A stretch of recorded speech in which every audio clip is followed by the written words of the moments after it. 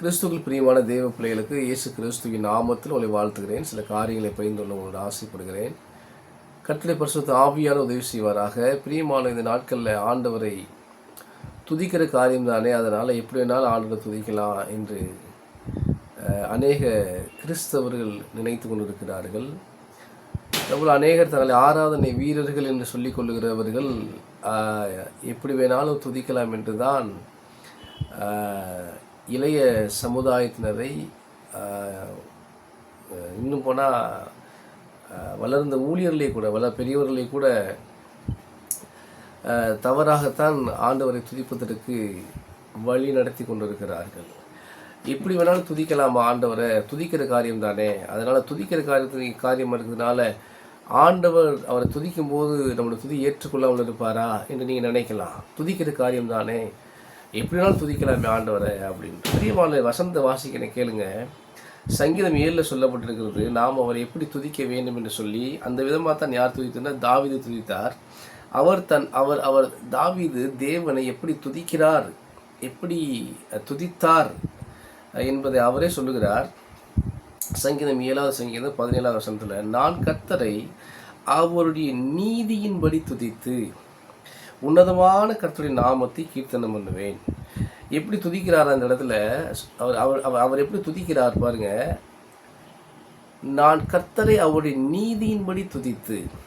பிரியமானவர்களே, நாம் ஆண்டவரை துதிக்கிற காரியம் தானே, அதனால் எப்படி வேணாலும் துதிக்கலாம் ஆண்டவரை அப்படின்னு என்ன செய்யக்கூடாதுன்னா, நான் ஒரு நாள் நினைக்கக்கூடாது. நாம் துதிக்க போகும்போது, தேவனை ஆராதிக்க போகும்போது, நாம் நிச்சயமாக துதிக்கும் போது, ஆராதனை செய்யும்போது நாம் நீதியின்படி துதிக்கிறோமா? நீதியின்படி சொல்ல. அப்ப அநீதியின்படி துதிக்கிறவர்கள் நிச்சயமாக இருக்கிறார்கள்.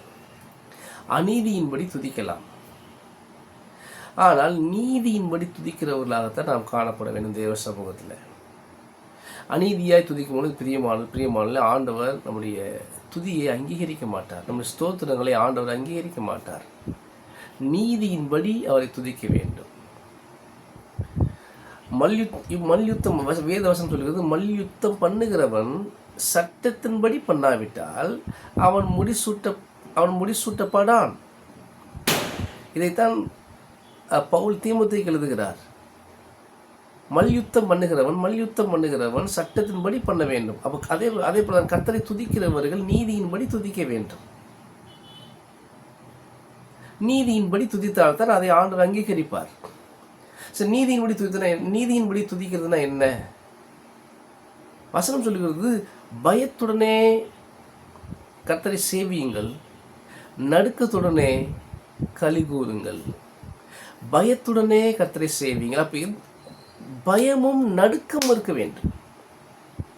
கர்த்தரை ஆராதிக்கும் போது, கர்த்தரை துதிக்கும் போது, கர்த்தரை தொழுது கொள்ளும் பொழுது நம்முடைய இருதயத்தில் எது இருக்க வேண்டும்?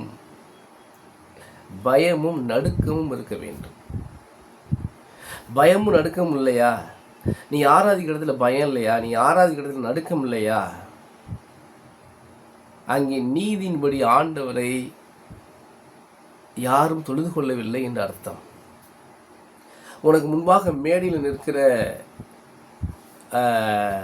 வர்ஷிப் லீடர் தேவ பயத்தை காமிக்கலையா? அங்கே பயம் உன்னால் பார்க்க முடியலையா? அங்கே நடுக்கத்தை பார்க்க முடியலையா? அங்கே நீதியின்படி ஆண்டவர் துதிக்கப்படவில்லை என்று அர்த்தம். நீதியின்படி துதிக்க வேண்டும்.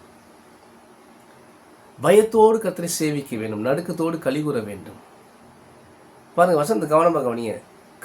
களி கூறுவது கூட, இன்னைக்கு களி கூறுவதுனா நிறைய வர்ஷிப் லீடர்ஸ் இருக்கிறாங்க பாருங்க. அவங்களுக்கு கூட அதில் ஒரு சரியான ஒரு புரிந்து கொள்ளுதல் இல்லை. களி கூறு தேவ சமூகத்தில் களி கூறுறதுன்னு சொன்னால், இன்னைக்கு பாருங்க, உலக மக்கள் களி கூறுகிற அந்த காரியத்தை அப்படியே கொண்டு வந்து சபைக்குள்ள வச்சுட்டாங்க. உலக பிரகாரம் மக்கள் களி கூறுவாங்க பாருங்க. ஆய்ங்கிறது, ஊய்ங்கிறது, அந்த மாதிரியான காரியங்கள் உலக பிரகாரமான காரியங்கள். அதை அப்படியே கொண்டு வந்து விளையாட்டு மைதானத்தில் என்ன செய்வாங்க, அதை எங்கே கொண்டு வந்து ஆராதனை கூடங்களில் கொண்டு வந்துட்டாங்க. சினிமாக்களில் காணப்படுற சகல காரியங்களையும் சகல அருவருப்புகளையும் உள்ளே கொண்டு வந்துட்டாங்க. பிரியமானவர்களே, ஆண்டவரை நாம் அவருடைய நீதியின்படி துதிக்க வேண்டும். இதில் ரொம்ப எச்சரிக்கையாக இருக்கணும். இதில் தான் இந்த கால தலைமுறையை ரொம்ப ரொம்ப எச்சரிக்கையாக இருக்கணும். ஊழியக்காரர்கள் மிக எச்சரிக்கையாக இருக்க வேண்டும். நீதியின்படி அவரை துதிக்க வேண்டும். கர்த்தரை துதிக்கிற காரியம் தானே எப்படி வேணாலும் துதிக்கலாம் என்கிறதான ஒரு எண்ணம் வேத வசனத்தின் அடிப்படையில் அமைகிற காரியம் அல்ல. தேவனை துதிக்கிற காரியம் தானே, அதனால் எப்படி வேணாலும் துதிக்கலாம் என்கிறதான எண்ணம் வேத வசனத்தின் அடிப்படையிலான காரியம் அல்ல. கர்த்தரை துதிப்பதுனா ஒரு நீதி இருக்க வேண்டும், தேவ சித்தம் இருக்க வேண்டும், பயம் இருக்க வேண்டும். அநேக ஜனங்கள் கலிகூறல்கள்ட்டு கத்துறாங்க, ஆயிங்கிறாங்க, ஊயிங்கிறாங்க, விசிலடிக்கிறாங்க. வேத வசனம் சொல்லுகிறது, நான் அப்பா இன்னைக்கு நிறைய பண்ணிக்கிறாங்க. அவரே அப்பா அப்பா அப்பா, டாடி டாடி. அவர் அப்பா தான், அவர் டாடி தான், அவர் நமக்கு தகப்பன் தான், இல்லைன்னு சொல்லலை. ஆனால் தேவனுடைய பிள்ளைகள் அவரை அப்பான்னு கூப்பிட்டவர்கள், வேத வசனத்தை வாசித்து பாருங்கள். தகப்பனே தேவரே என்று கூப்பிட்டவர்கள் அவருக்கு முன்பாக எப்படி ஆராதனை செய்தார்கள், எப்படி நடுநடுங்கி அவருக்கு முன்பாக நின்றார்கள் என்பதை நீங்கள் வாசித்து பார்க்கலாம். வேதம் முழுவதும் வாசித்து பார்க்கலாம். தாவீது ஆடினான், தாவீது ஆடினான், தாவீது ஆடினான், தாவீது ஆடினான், ஆடை விலக ஆடினான். உண்மைதான், வேத வசனம் சொல்லுகிறது அதை. ஆனால் தன்னை மறந்து துதிக்கையிலே அவருடைய ஆடைகள் விலகினது. தன்னை மறந்து துதிக்கையில் எல்லாம் கவனிங்க. உலகம், கிறிஸ்தவ உலகம் அன்னைக்கு இதை யோசிக்கிறதே இல்லை. தேவ ஊழியர்களும் இதை யோசிக்கிறதே இல்லை. தாவீது தேவனை துதிக்கையில் தன்னை மறந்து ஆராதிக்கையில் அவனுடைய ஆடை விலகினது.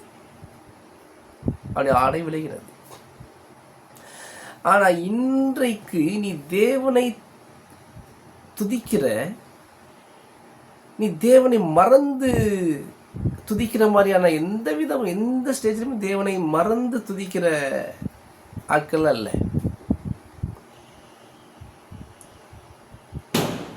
ஏன்னா அவங்கெல்லாம் சுய நினைவோடு கூட நடன கலைஞர்களாகத்தான் மேடையில் காட்சியளிக்கிறார்கள்.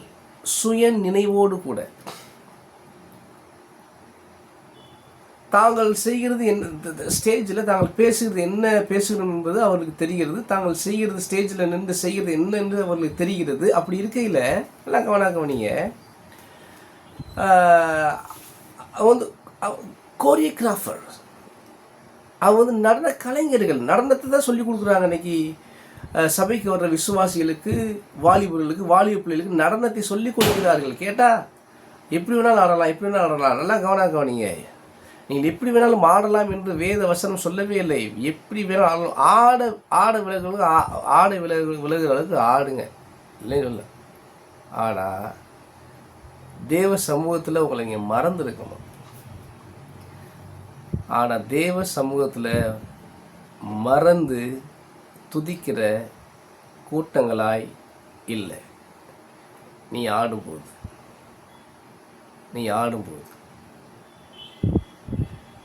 ஸ்டேஜில் நிற்கிற ஆள் கையை தூக்குனா கையை தூக்குறீங்க, காலை தூக்குனா காலை தூக்குறீங்க, குதிச்சா குதிக்கிறீங்க. இதில் எங்கே உங்களை மறந்தீங்க? தாவீதை போல மறந்து தாவீதை போல மறந்து தேவனை ஆராதிக்கிறீங்க, தாவீதை போல தன்னை மறந்து தேவனை ஆராதிக்கிறீங்க. ஸோ உங்களுடைய அருவருப்பான கிரியையை நீங்கள் நியாயப்படுத்துவதற்காக, உங்களுடைய அருவருப்பான கிரியையை நியாயப்படுத்துவதற்காக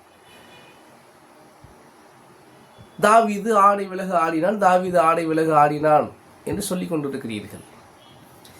இங்கே தாவீது சொல்லுகிறார், நான் கர்த்தரை அவருடைய நீதியின்படி துதித்து, அவருடைய நீதியின்படி துதித்து. பிரியமான நல்ல சிந்தனை இருந்தால் கெட்ட சிந்தனை இருக்கும், நல்ல பார்வை இருந்தால் கெட்ட பார்வை இருக்கும், நல்ல பேச்சு இருந்தால் கெட்ட பேச்சு இருக்கும், நல்ல செய்ய இருந்தால் கெட்ட செய்ய இருக்கும்,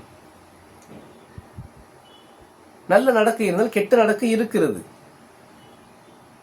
ஆனால் அதே சமயத்தில் அதே போலத்தான் நல்ல நடனம் இருந்தால் கெட்ட நடனம் உண்டு. அதையே நீ அங்கீகரிக்க மாட்டேங்க. எல்லாத்திலையும் நல்லது கெட்டது இருக்கு, நல்லது கெட்டது நல்லது கெட்டது இருக்கு. ஆனால் நடனத்தில் மாத்திரம் நல்லது இல்லை கெட்டது இல்லை. தேவ சமூகத்தை ஆடுறதுனால எப்படி வேணாலும் ஆடலாம், நல்லது இல்லை. அது எப்படி சொல்ல முடியும்? சொல்ல முடியாது. நல்ல நடனம் இருக்கிறது, கெட்ட நடனம் இருக்கிறது. இது நிச்சயமாக ஊழியக்காரர்கள் புரிந்து கொள்ள வேண்டும், விசுவாசிகளும் புரிந்து கொள்ள வேண்டும். அவரை துதிப்பது நீதியின்படி தான் துதிக்க வேண்டும். மறுபடியும் அந்த வார்த்தை சொல்லுகிறேன், மல்யுத்தம் பண்ணுகிறவன் சட்டத்தின்படி பண்ணாவிட்டால் அவன் முடி சூடப்படான். நீங்கள் துதிக்கிற துதி நீதியின்படி இல்லைன்னா, நீங்கள் ஆராதிக்கிற ஆராதனை தேவ சமூகத்தில் அவருடைய நீதியின்படி இல்லைன்னு சொன்னா உங்களுடைய துதி அங்கீகரிக்கப்படாது, உங்களுடைய ஆராதனை அங்கீகரிக்கப்படாது. ஆயினும் காயினும் ஆபேலும் காணிக்கை செலுத்துகிறார்கள். ஒருவனுடைய காணிக்கை ஏற்றுக்கொள்ளப்பட்டது, ஆபேலுடைய காணிக்கை ஏற்றுக்கொள்ளப்பட்டது, காயினுடைய காணிக்கை ஏற்றுக்கொள்ளப்படவில்லை. ஏன்னு சொன்னா அவனுடைய காரியங்கள் நீதியின்படி இல்லை. தேவன் எதிர்பார்க்கிற நீதியின்படி காயினுடைய காணிக்கை இல்லை. ஆனால் தேவன் எதிர்பார்க்கிற நீதியின்படி ஆபேலுடைய காணிக்கை இருந்தது. அதனாலதான் தேவன் அதை அங்கீகரித்தார். அப்போ உங்க துதி தேவனுடைய நீதியின்படி இருக்கிறதா என்று பார்க்க வேண்டும். உங்களுடைய துதி தேவனுடைய நீதியின்படி இருக்கிறதா என்று பார்க்க வேண்டும்.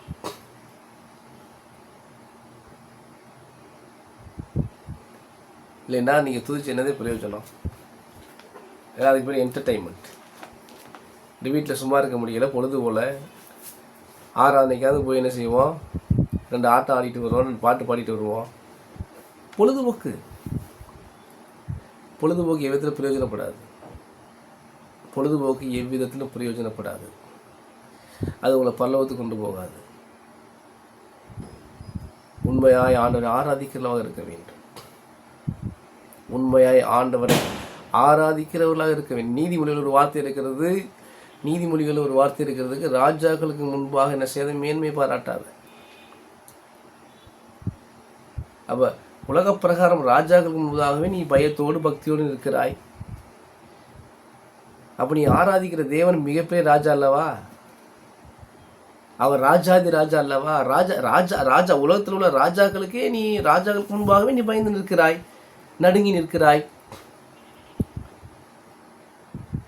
அப்ப ராஜாதி ராஜாவுக்கு முன்பதாக நீ எவ்வளவு பயபக்தியோடு எவ்வளவு நடுக்கத்தோடு நீ கலிகூற வேண்டும், பயந்து இருக்க வேண்டும்.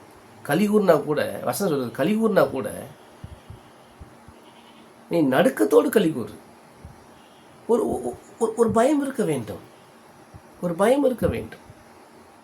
நீதியின்படி துதிக்க வேண்டும் என்று சொன்னால் பயம் இருக்க வேண்டும், தெய்வ பக்தி இருக்க வேண்டும், பரிசுத்தம் இருக்க வேண்டும். இதெல்லாம் இருந்தால் தான் பரிசுத்தம் ரொம்ப முக்கியம். பரிசுத்தம் இல்லாமல் நீ தேவனை துதிக்க போனீங்கன்னா நீ நீதியின்படி துதிக்கலை. கர்த்தருக்கு பயப்படாம நீ துதிக்க போனா நீ நீதியின்படி துதிக்கவில்லை என்று அர்த்தம். அதான் பிரியமான இந்த காரியங்களெல்லாம் மனதில் வைத்துக் கொள்ளுங்கள். இந்த கால இளைய தலைமுறைகள் கர்த்தரைத்தானே ஆராதிக்கிறோம், எப்படி வேணாலும் ஆராதிக்கலாம் என்கிறதான எண்ணத்தில் தான் இன்னைக்கு சீரழிந்து கொண்டு இருக்கிறார்கள். நீதியின்படி அவர் துதிக்கவில்லை. அதனால் இந்த வேத வசனத்தை மனசில் வச்சுக்கோங்க. கர்த்தரை நீதியின்படி துதிங்க, கர்த்தர் உங்களை ஆசீர்வதிப்பார். ஆமென்.